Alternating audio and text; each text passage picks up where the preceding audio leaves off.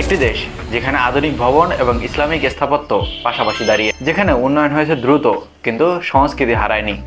দক্ষিণ পূর্ব এশিয়ার এক সফলতার গল্প এই হলো মালয়েশিয়া। 1957 সালে স্বাধীনতা পাওয়ার পর এটি ধীরে ধীরে শিল্পায়নের পথে হাঁটে। বিশেষ করে 1980 থেকে 1990 এর দশকের দিকে এটি দ্রুত অবকাঠামো উন্নয়নের দিকে হাঁটে। কুয়ালালামপুরে পেট্রোনাস টুইন টাওয়ার একসময় ছিল বিশ্বের সবচেয়ে উঁচু টাওয়ার। আজও এটি উন্নয়নের প্রতীক হিসেবে মাথা উঁচু করে দাঁড়িয়ে আছে। মালয়েশিয়ায় মালয়, চাইনিজ এবং ভারতীয় বিভিন্ন জাতিগোষ্ঠী একত্রে বসবাস করে। রাষ্ট্রধর্ম ইসলাম হলেও অন্যান্য ধর্মের মানুষ স্বাধীনভাবে বসবাস করে। এই বহু সাংস্কৃতিক পরিবেশ দেশটিকে করেছে বৈচিত্র্যময় ও স্থিতিশীল। মালয়েশিয়া প্রযুক্তি, ইলেকট্রনিক্স ও পাম অয়েলে বিখ্যাত।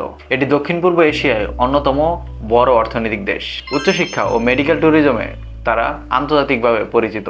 বাংলাদেশ থেকে অনেক শিক্ষার্থী মালয়েশিয়া পড়তে যায় কম খরচ এবং মানসম্মত শিক্ষার কারণে। রমজান মাসে মালয়েশিয়ায় বাজার রমাদান খুবই জনপ্রিয়। এখানে বিভিন্ন ধরনের স্টল বসে। রমজানে তাদের ইফতারে থাকে নাসিলামাক, মিষ্টান্ন ও খেজুর, সব মিলিয়ে উৎসবমুখর পরিবেশ।